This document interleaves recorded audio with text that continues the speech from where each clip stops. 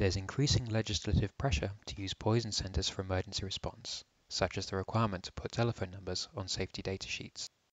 Poison centers are excellent at providing advice on a single, confirmed exposure.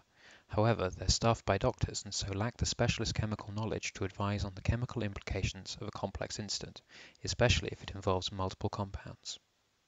This presentation is a case study of a recent emergency where NCEC assisted responders in conjunction with a poison center.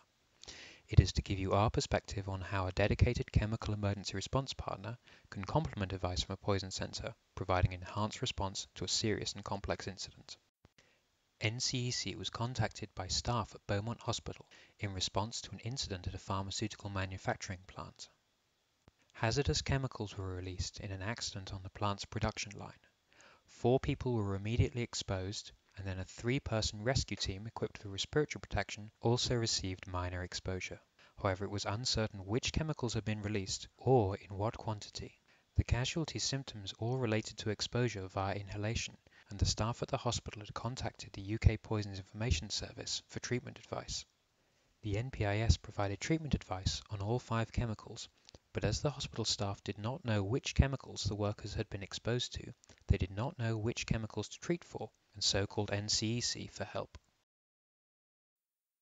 5 chemicals were involved: diisopropylamine, O-ethyl nicotinate, trifluoroacetic anhydride, tetramethylene ethylene diamine, and ethyl acetate. NCEC's responder explained to the hospital staff that all of these chemicals could have caused the symptoms, but that the hospital needed to focus on the most dangerous chemicals first. Ethyl acetate could be discounted.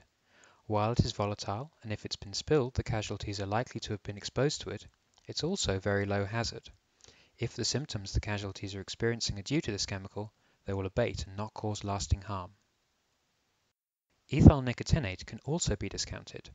It is non-volatile, which limits exposure via inhalation, and low hazard, and therefore unlikely to have caused the symptoms. TMEDA is more volatile, however, and more harmful.